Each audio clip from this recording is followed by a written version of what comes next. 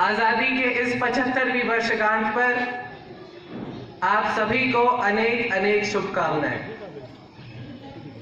स्वतंत्रता संग्राम के लिए अपने प्राणों की आहुति देने वाले और देश का नेतृत्व करने वाली सभी महान हस्तियों को मैं सम्मानपूर्वक नमन करता हूं। मैं उन सभी वीर जवानों को भी नमन करता हूं जिन्होंने आजादी के बाद भी राष्ट्रीय सुरक्षा की परंपरा को जिंदा रखा, देश की रक्षा के लिए सर्वोच्च बलिदान दिया और शहीद हो गए। मैं उन सभी पुण्यात्माओं को भी नमन करता हूं जिन्होंने स्वतंत्र भारत के निर्माण में सदियों से आजादी की सुबह का इंतजार कर रहे थे।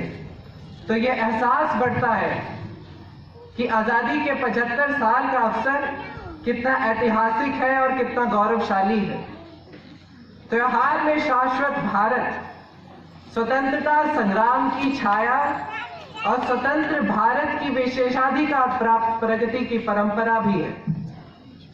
और इतिहास इस बात का गवाह है कि किसी राष्ट्र की महिमा तभी जागती है जब वह अपनी अगली पीढ़ी को स्वाभिमान और बलिदान की परंपराओं की शिक्षा देती है और उन्हें लगातार प्रेरित करती है। किसी भी राष्ट्र का भविष्य तभी उज्जवल होता है जब वह अपने पिछले अनुभवों और विरासत के गौरव से जुड़ा हो। और भारत के पास गर्व करने का एक गहरा भंडार है, एक समृद्ध इतिहास और एक जागरूक सांस्कृतिक विरासत है। इसलिए आजादी के 75 वर्ष का यह अवसर वर्तमान पीढ़ी के लिए अमृत के समान होगा। एक ऐसा अमृत जो हमें देश के लिए जीने और हर पल देश के लिए कुछ करने की प्रेरणा देगा। हमारे वेदों में लिखा है, मृत्यु मोक्षीय मामृता, मृत्यु से अमरता में मुक्ति लेना। यानी हमें दुख, संकट, कलेश और विनाश को छोड़कर अमरता की ओर बढ़ना चाहिए। स्वतंत्रता के इस अमृत उत्सव का भी यही संकल्प है।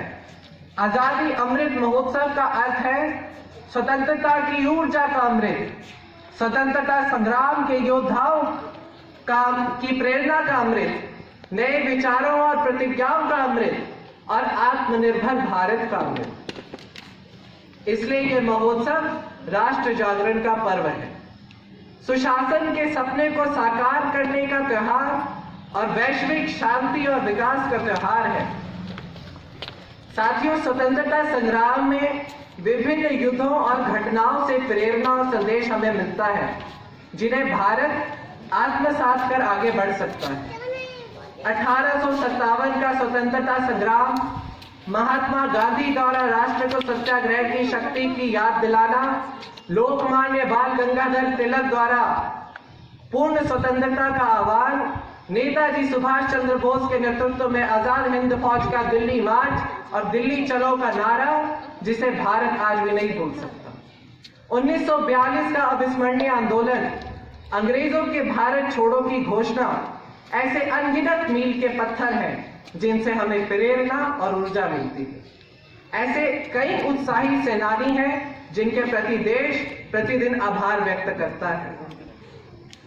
1857 की क्रांति के साहसी मंगल पांडे और तात्या टोपे, ब्रिटिश सेना के खिलाफ लड़ने वाली मेजर रानी लक्ष्मीबाई, चित्तूर की रानी चेन्नम्मा, रानी गदिन्यल्लू, चंद्रशेखर आजाद, राम प्रसाद बिस्मिल, भगत सिंह, सुखदेव, राजगुरु, गुरु राम सिंह, टाइटल जी, पॉल रामासामी, सरदार पटेल, सुभाष चंद्र बोस या वीर सावरकर जैसे अनगिनत नेता, ये सभी महान हस्तियां स्वतंत्रता आंदोलन के प्रणेता हैं।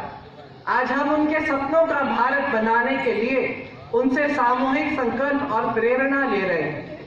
हमारे स्वतंत्रता संग्राम के दौरान ऐसे कई आंदोलन और लड़ाइयां हुई जिनका जिक्र नहीं हुआ, जैसा होना चाहिए था। इनमें से प्रत्येक संघर्ष भारत द्वारा स्वयं असत्य के विरुद्ध सत्य की शक्तिशाली घोषणा है, जो भारत की स्वतंत्र प्रकृति का प्रमाण है। ये लड़ाइयां इस बात की गवाही है कि अन्याय, शोषण और हिंसा के खिलाफ भारत की चेतना जो राम के युग में थी, महाभारत के कुरुक्षेत्र में थी, हल्दी घाटी के युद्ध के मैदान में थी, शिवाजी के युद्ध में थी, और वही शाश्वत भारत के हर क्षेत्र में, तबके में और समाज ने आजादी की लड़ाई में अपने भीतर एक ही अदम्य वीरता की चेतना को जगाए रखा। जननी जन्मभूमि का मंत्र स्वर्गादि गर्यासी और मातृभूमि स्वर्ग से भी श्रेष्ठ है, ये बात हमें प्रेरणा देती है। हमारे स्वतंत्रता संग्राम के दौरान ऐसे कई आंदोलन और लड़ाइयां हुई जिनका जिक्र नहीं होना चाहिए था, जैसा होना चाहिए था।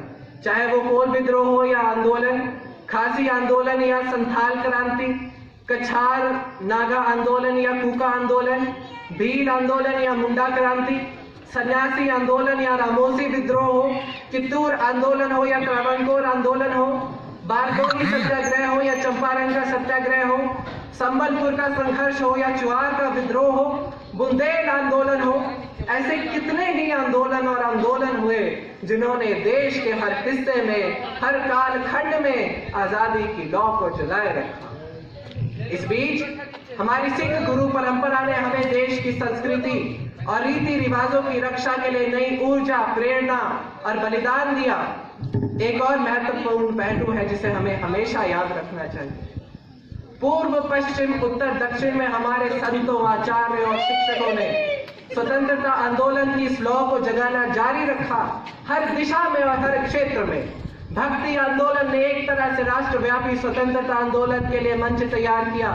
पूर्व में चैतन्य महाप्रभु, रामकृष्ण परमहंस और श्रीमंत शंकर देव जैसे संतों के विचारों ने समाज को दिशा दी और अपने लक्ष्यों पर ध्यान केंद्रित किया। पश्चिम में मीराबाई, एकनाथ, तुकाराम, रामदास, नरसिंह मेहता, उत्तर में संत रामानंद, कबीर दास, गोस्वामी तुलसीदास, सूरदास, गुरु गोविंद सिंह, संत रैदास जैसे महान योद्धा, दक्षिण में माधवाचार्य, निम्बकाचार्य, वल्लभाचार्य, रामानुजाचार्य, भक्ति के दौरान काल में सूरदास, केशवदास, विद्यापति ने समाज को अपनी कमियों को दूर करने के लिए प्रेरित किया। ऐसी कई शख्सियतें हैं जिनके कारण आंदोलन ने सीमाओं को लांघकर भारत के सभी लोगों को गले लगाया।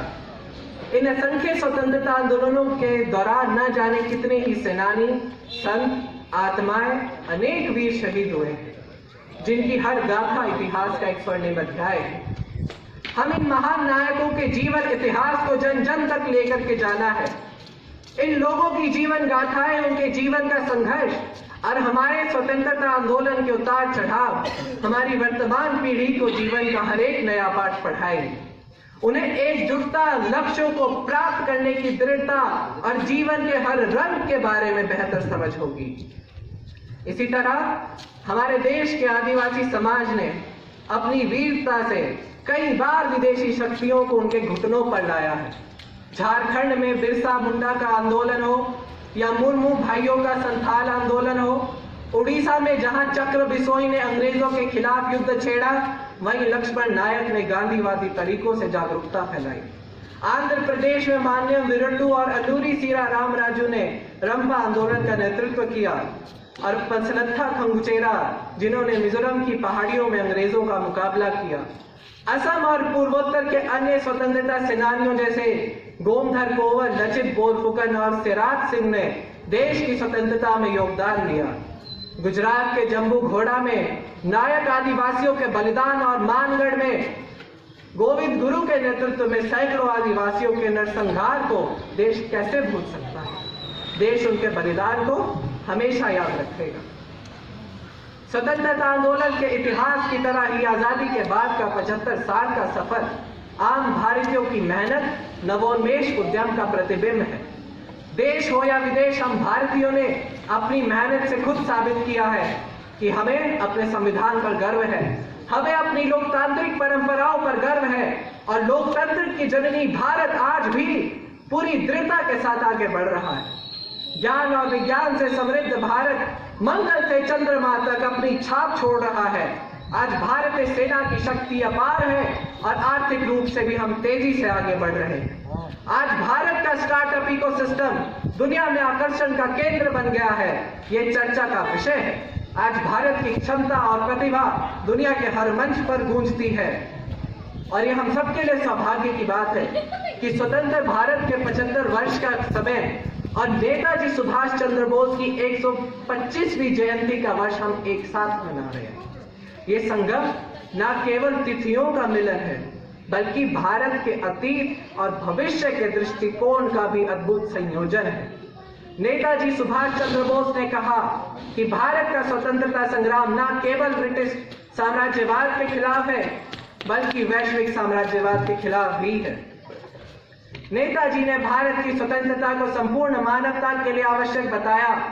समय के साथ नेताजी सुभाष चंद्र बोस का यह बयान सही साबित हुआ। जब भारत आजाद हुआ तो दूसरे देशों में आजादी की आवाजें उठी और बहुत ही कम समय में साम्राज्यवाद का दायरा कम हो गया।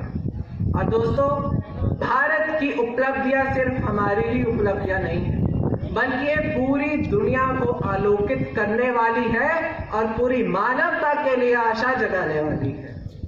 और ये कोरोना काल में सिद्ध हो चुका है। वैक्सीन निर्माण में भारत की आत्मनिर्भरता आज पूरी दुनिया को लाभान्वित कर रही है, जिससे मानवता को महामारी के संकट से उबारा जा सके। आज भारत के पास वैक्सीन की ताकत है और हम वसुधैव कुटुंबकम यानी कि दुनिया एक परिवार है की भावना के साथ सभी के दुखों को दूर करने का हम काम कर रहे हैं। हमने किसी को दुख नहीं दिया है, बल्कि हम दूसरों के दुखों को कम करने की हम कोशिश कर रहे हैं। यही भारत का आदर्श और सनातन दर्शन है और यही आत्मनिर्भर भारत का भी दर्शन है। और आज दुनिया भर के देश भारत पर भरोसा करते हुए भारत का शुक्रिया अदा कर रहे हैं। ये नए भारत का सूर्योदय का पहला रंग है, हमारे भव्य भविष्य की पहली आभा है। और साथियों, गीता में भगवान श्री कृष्ण ने कहा है, सब दुखम सुखम धीरम स अमृतत्वाय कल्पते, यानी जो सुख दुख में भी स्थिर रहते हैं वो मोक्ष के पात्र हो जाते हैं और अमृत को प्राप्त कर लेते हैं। अमृत उत्सव के भारत के उज्जवल भविष्य का अमृत पाने की यही प्रेरणा है। आइए हम इस देश के यज्ञ में अपनी भूमिका निभाने का संकल्प करें।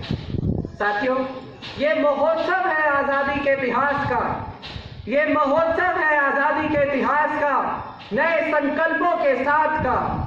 ये महोत्सव है आजादी के इतिहास का, नए संकल्पों के साथ का, आत्मनिर्भरता के आगाज का और भारत के विश्व गुरु बनने के एहसास का। और मैं चाहता हूं एक नारा मैं दूंगा, आप सब ने पूरी जोश पूरी ताकत के साथ अपने दोनों हाथ ऊपर उठा करके जवाब देना है, भारत माता की, भारत माता की, भारत माता की, वंदे वंदे वंदे, जय हिंद, जय हिंद, जय हिंद। बहुत बहुत धन्यवाद।